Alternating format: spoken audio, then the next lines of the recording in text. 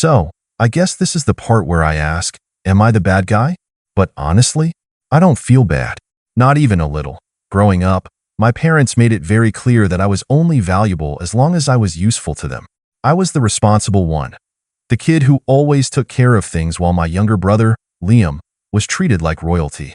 If he failed a test, my fault for not tutoring him. If he crashed his car, my fault for not reminding him to check his brakes. If he wasted all his money on gambling, guess who was expected to bail him out? I tried to break free. I really did. But every time I saved up enough to move out, something mysterious happened. Like my dad suddenly needing help paying bills, or my mom guilting me with, "How could you abandon your family?" They always kept me trapped just enough to keep control. Then, last year, I got a job offer out of state. A damn good one. When I told them I was moving, my dad laughed in my face. "You? On your own? Good luck with that. You'll be back in a month." My mom smirked. "You're nothing without us. Don't come crying when you fail." Liam just shrugged. "Guess I get your room then." So, I left. And guess what? I didn't fail. I thrived. I got my own apartment, made friends, and for the first time in my life, I could breathe. No one was draining my bank account. No one was calling me at 2 a.m. for emergencies that were actually just my dad losing a poker bet. No one was making me feel like I owed them my entire existence. For 6 months, I didn't hear a word from them. Then, last week, I got a text from Liam, "Hey, Mom and Dad need you. Call ASAP." I ignored it. Then another message. And another. Until finally, my mom called me herself. "We need to talk." I let her voice go to voicemail. Then my dad tried. And Liam. And suddenly, I had 14 missed calls. Then Liam sent the text that almost made me laugh out loud. "If you don't help, you're literally ruining this family." Ruining the family? Me? Now I was curious. So I finally picked up the phone. "What do you want?" I said, keeping my voice cold. Dumb. My mother's voice was shaky. Not angry, not demanding, but desperate. "Sweetheart, your father lost his job. We're in trouble. The house, we might lose it. We need you to come back and help us." Oh. The same people who laughed at me, mocked me, and told me I was nothing without them. The same people who did everything to keep me from leaving. Now they needed me. And they had no idea what I was about to do next. I let the silence stretch. My mother was never one to beg, not outright. She liked to manipulate, guilt trip, twist things around so that you felt bad even when she was the one at fault. But this time, her voice was raw. Unsteadied, I could hear my dad in the background, muttering something, probably telling her to fix this, to make me feel like I had no choice but to come back and save them. "We just need a little help," she continued, her voice turning syrupy sweet. "A few months, maybe, just until we get back on our feet." I leaned back in my chair, staring at the ceiling. A few months? Right. And then a few more. And then they'd find a way to keep me trapped all over again. "So let me get this straight," I said slowly, making sure every word hit. "You guys threw me out like garbage, told me I was nothing without you. And now that you're in trouble, I'm suddenly worth something again?" Silence. Then, my father's voice cut through the phone. Sharp. Impatient. "This isn't the time for a pity party," he snapped. "We're family. Families take care of each other." "Oh, that's rich. You mean like how you took care of me?" I shot back. "By making sure I was stuck paying for everything while Liam got to screw around? By treating me like a walking ATM?" Liam scoffed in the background. "Don't be so dramatic. You're making money now, aren't you? What's a few thousand to help out your family?" "A few thousand? A few thousand?" I almost laughed. They weren't asking for a loan. They wanted me to move back, pay their bills, save the house, and keep Liam from facing any consequences. They hadn't changed. They weren't sorry. They just needed me to clean up their mess. My mom sighed, like I was the one being difficult. "Look, we don't have time for this back and forth. The bank is threatening foreclosure. We just need you to come home and do the right thing." I sat up straight. My heart pounded, but I kept my voice calm. "And if I say no?" A long pause. Then my dad's voice dropped into that low, dangerous tone I knew too well. The one he used right before things got ugly. "Then don't bother calling yourself our son anymore." And there it was. The ultimatum. My fingers clenched around my phone. They were threatening to cut me off? After everything they'd already done? I took a slow breath. And then, finally, I said. All right, I said, keeping my voice calm. I guess that's it then. My mother sucked in a sharp breath. Wait, click. I hung up. Then I turned off my phone. For the first time in my life, I felt completely free. No guilt, no obligation, no more being their backup plan. But deep down, I knew this wasn't over. Not yet. And I was right. The next morning, I woke up to a flood of messages. Not just from my parents and Liam, but from relatives, some I hadn't heard from in years. Aunt Carla, I don't know what's going on, but your parents are devastated. Just talk to them. Uncle Mike, family is family. You can't just abandon them like this.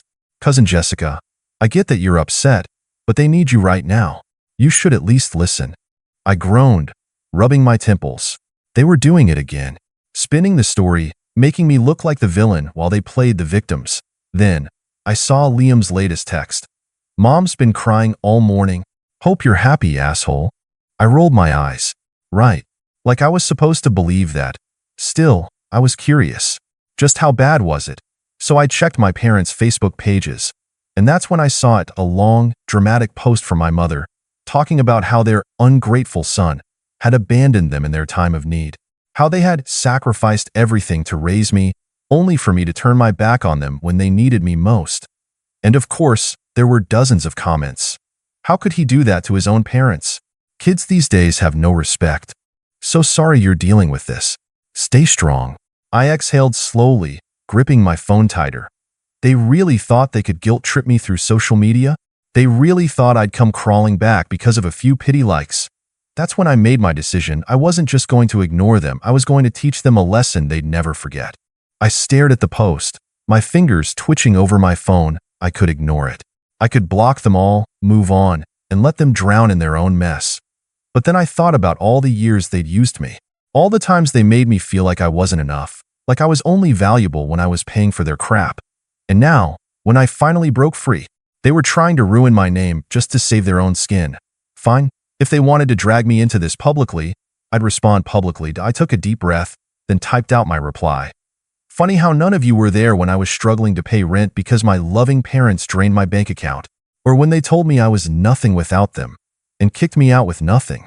But now that they need money, suddenly family is family, huh? I hit send, and the effect was instant. Within minutes, my notifications exploded. Some of my relatives went quiet. A few even deleted their comments. But others? Oh, they were mad. Uncle Mike said, "That's not what your parents told us." Aunt Carla said, "This is a private family matter. You shouldn't air dirty laundry online." Oh, but they could. I wasn't done. I went all in. I posted screenshots. Bank transfers where they took money from me. Texts where my dad called me a selfish little SHD, asterisk for refusing to pay Liam's debts. Messages where my mom admitted she and my dad lied to the family to make themselves look better. And then, for the final blow, I wrote, "I'm not abandoning my family. I'm just refusing to be their ATM. If anyone thinks I should help them out, feel free to send them your own money. Let me know how that goes." Then, I logged out. I expected more calls, more texts, more rage. What I didn't expect was what happened next. Because a few hours later, I got a message from Liam. Just 2 words, "You win?" I stared at the message. Liam? Admitting defeat? Something wasn't adding up. I debated ignoring him, but curiosity got the best of me. So I typed back, "What are you talking about?" A few minutes passed before the typing bubble appeared. Then, Liam texted, "They're done?" Mom's freaking out. Dad won't stop yelling. "You really did it this time." I leaned back, feeling that first satisfaction settle in. Good. But I still wanted to know why. Explain. Liam hesitated. Then, finally, he spilled everything. Turns out, my post didn't just humiliate them. It exposed them. Hard. See, my parents had spent years lying to the family. They always painted themselves as the generous, selfless couple who had given me everything. They had borrowed money, guilt-tripped relatives, even scammed a few people with sob stories. But now, the truth was out. Relatives were pissed. Some were calling them out directly in the comments. Others demanded their money back. And apparently, one of my dad's old business partners saw the post too. And that's when everything fell apart. "Liam, you don't get it. Dad owes money to some people he shouldn't have messed with. They saw your post. They know he's broke now. Oh, oh, now it made sense. This wasn't just family drama anymore. My parents were in real trouble, and now, the same people who always told me I was nothing without them, they were begging for my help. Liam, they need money. Fast. Mom said to ask you. Just something to hold them over. I let out a low laugh. Now they needed me. I took my time before responding. Tell Mom and Dad one thing for me. Liam, what? I smirked as I typed my next message. I guess they'll have to crawl. Liam didn't respond for a while. I figured he was probably trying to figure out if I was joking, or if I had actually lost it. I didn't care. I had finally taken control of the situation, and now it was my turn to play the game. But as the day dragged on, the calls kept coming. They were relentless. Mom was calling. Dad was calling. Even Uncle Mike and Aunt Carla got in on the act. I ignored every single one. I had a feeling if I picked up, they'd pull the same old tricks, the guilt, the manipulation, the fake tears. But this time I was smarter. I wouldn't fall for it. Not anymore. Then, late in the evening, I got a new message. It was from Liam again. They're saying they're about to lose the house? I scoffed. Was that supposed to shock me? And, Liam, I'm not asking for me, but you know what that means, right? They're not gonna back down. They'll do anything to make you help. I closed my eyes for a moment, taking it all in. They were really that far gone. And yet, all I could feel was anger. The fact that they had put me in this position in the first place. They thought they could use me as a safety net, as some kind of ATM that would just keep giving. And now, they wanted me to bail them out after they had been nothing but cruel for so long. After they'd treated me like a doormat. They weren't just asking for help. They were demanding it. I stared at my phone screen for a long time before typing out my response. I don't owe you anything anymore. I paused. Was I being too harsh? Was I letting the revenge cloud my judgment? But then, I thought about all the times I had been there for them. All the times I had sacrificed my own well-being just to keep them happy. No, I wasn't being too harsh, and as I hit send, I could almost feel the weight lift off my shoulders. But the next message from Liam. Mom says she's not going to make it without you. They're on the verge of bankruptcy. Please, just talk to them. I clenched my fist. They were desperate, and now I knew exactly how to make them pay. I wasn't just going to leave them hanging. I was going to make them feel what they put me through. But I needed something bigger, something that would make sure they never pulled this stunt again. I started brainstorming. That's when an idea hit me. I sat there in the dim light of my room, my mind racing. What was the perfect way to make them feel the consequences of their actions? I wasn't just going to toss them a few bucks and let them off the hook. No, this needed to be bigger, more permanent. I thought about it for a while, how I could hit them where it would hurt the most. And then, the idea hit me. The perfect way to make them pay without them even realizing it until it was too late. I took a deep breath and fired off a message to Liam. I'm going to take a break. Don't contact me for a while. You'll understand later. I knew that would buy me some time. Time to get everything in motion. Then, I called in a favor from someone I'd been quietly keeping in touch with. My old lawyer. I explained everything. The manipulation, the emotional abuse, and how they'd been trying to drag me back into their mess. He knew exactly how to handle it. I could already imagine their faces when they found out I wasn't just some helpless cash cow anymore. It was time to get them tangled in their own lies. I wasn't going to just walk away. I was going to leave a mark. I spent the next couple of days gathering everything I could. Texts, bank records, old emails from when they'd asked for help and promised they'd pay me back. They never did. I was ready to take legal action if it came to that, but for now, I wanted them to know that everything they'd done was about to be exposed. The first piece of the puzzle was in motion, but there was still one thing left to do. I needed to go back to the family chat. It was time to show them who was really in control.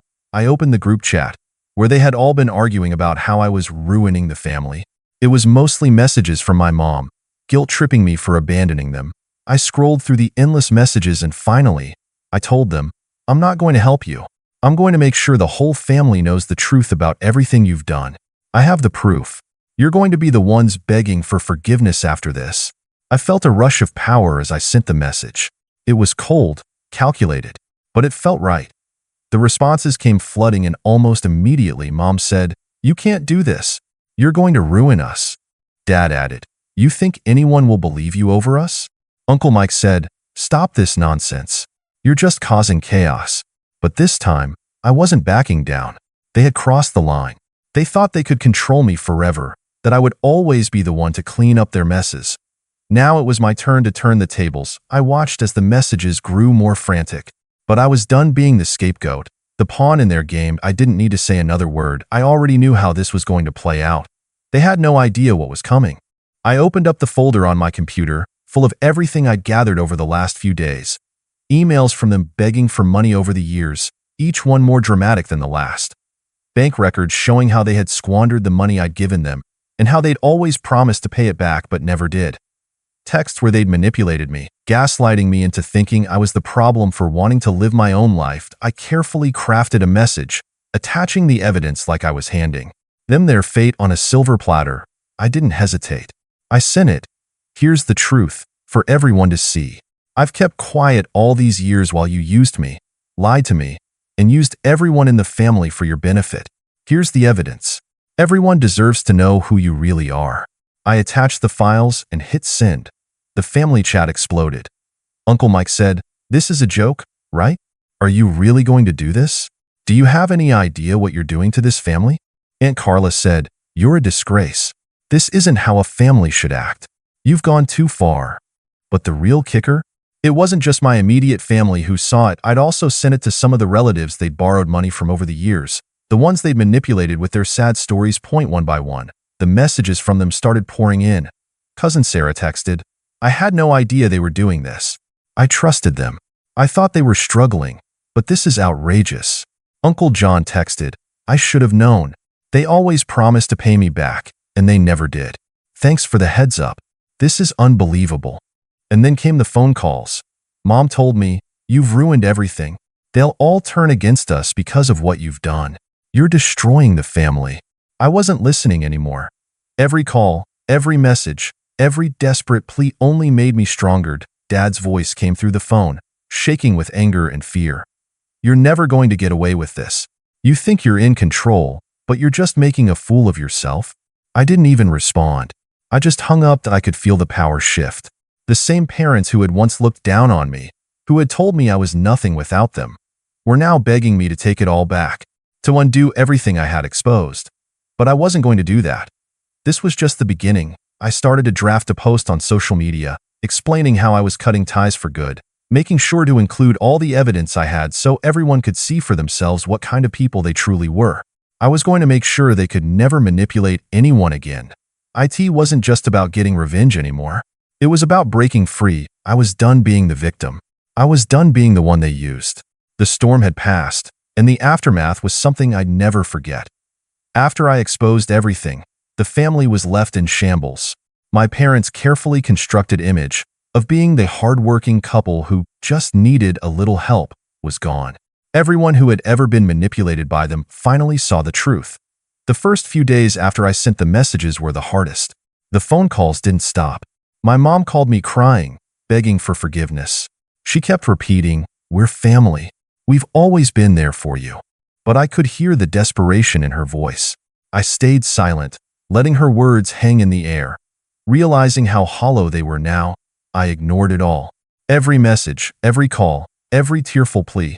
Then, the most shocking thing happened. Why Dad reached out. But this time, it wasn't to berate me.